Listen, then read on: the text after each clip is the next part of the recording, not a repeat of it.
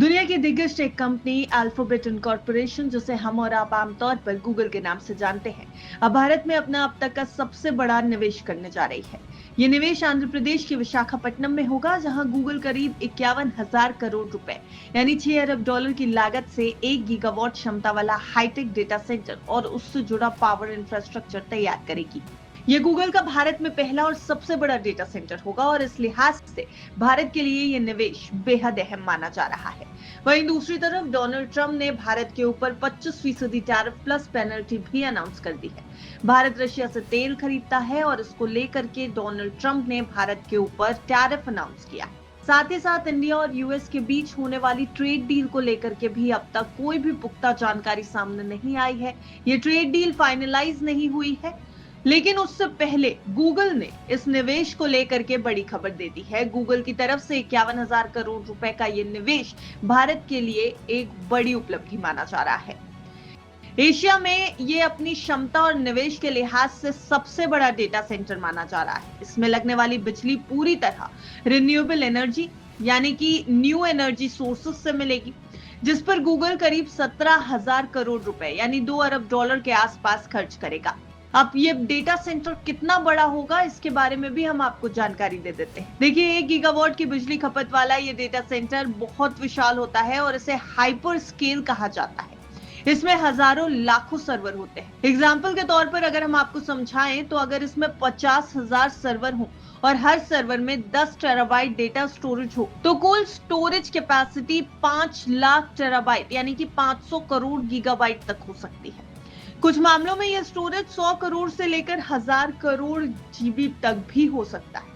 तो भारत के पास गूगल की तरफ से डेटा सेंटर के लिहाज से एक बड़ा निवेश आ रहा है और उम्मीद की जा रही है कि इस तरह का ये निवेश भारत को एक डेटा सुपर पावर बनाने की तरफ लेके जा सकता है।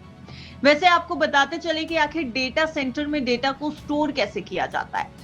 देखिए, डेटा को एक बड़े प्रोसेस से होकर स्टोर किया जाता है, जिसकी 3 लेयर्स होती हैं। पहली मैनेजमेंट लेयर, ये लेयर डेटा को कंट्रोल और मॉनिटर करती है। यूजर जो भी सर्च करता है वो पहले इसी लेयर से होकर गुजरता है। फिर आती है वर्चुअल लेयर, इसमें यूजर को सवाल के एसक्यूएल जैसे लैंग्वेज के जरिए प्रोसेस किया जाता है और जवाब तैयार किया जाता है।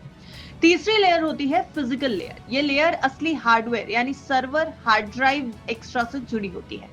अब भारत में गूगल की तरफ से ये बड़ा निवेश तो होने जा रहा है, लेकिन सवाल ये भी उठता है कि आखिर ये डेटा सेंटर कितना सुरक्षित होगा। तो आपको बताएं कि डेटा सेंटर में डेटा का ऑटोमेटिक बैकअप लिया जाता है। साइबर अटैक से बचाने के लिए अब इन्हें और ज्यादा एडवांस भी बनाया जा रहा है।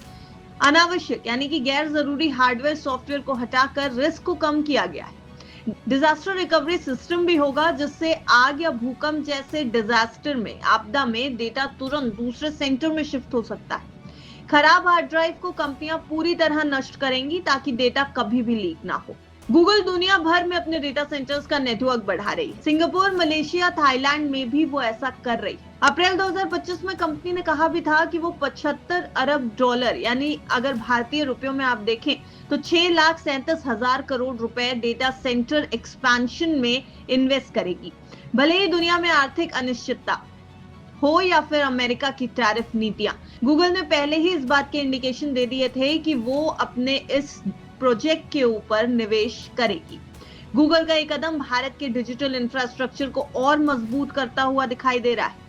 इससे देश में नई नौकरियां भी आएंगी और गूगल की सर्विसेज और ज्यादा तेज और भरोसेमंद बनेगी। साथ ही साथ भारत की अर्थव्यवस्था के लिए और भारत के डिजिटल इंडिया वाले ड्रीम के लिए भी ये डेटा सेंटर काफी इंपॉर्टेंट माना जा रहा है, काफी जरूरी माना जा रहा है। वैसे आपको क्या लगता है, अगर गूगल ये निवेश भारत में करती है तो इससे भारतीय इकोनॉमी या भारत के विकसित भारत बनने के सपने के ऊपर कितना असर पड़ेगा? कमेंट सेक्शन में अपनी राय जरूर दीजिएगा। वीडियो अच्छा लगा हो तो वीडियो को लाइक और शेयर करना बिल्कुल ना भूलें। देखते रहिए विस्तार।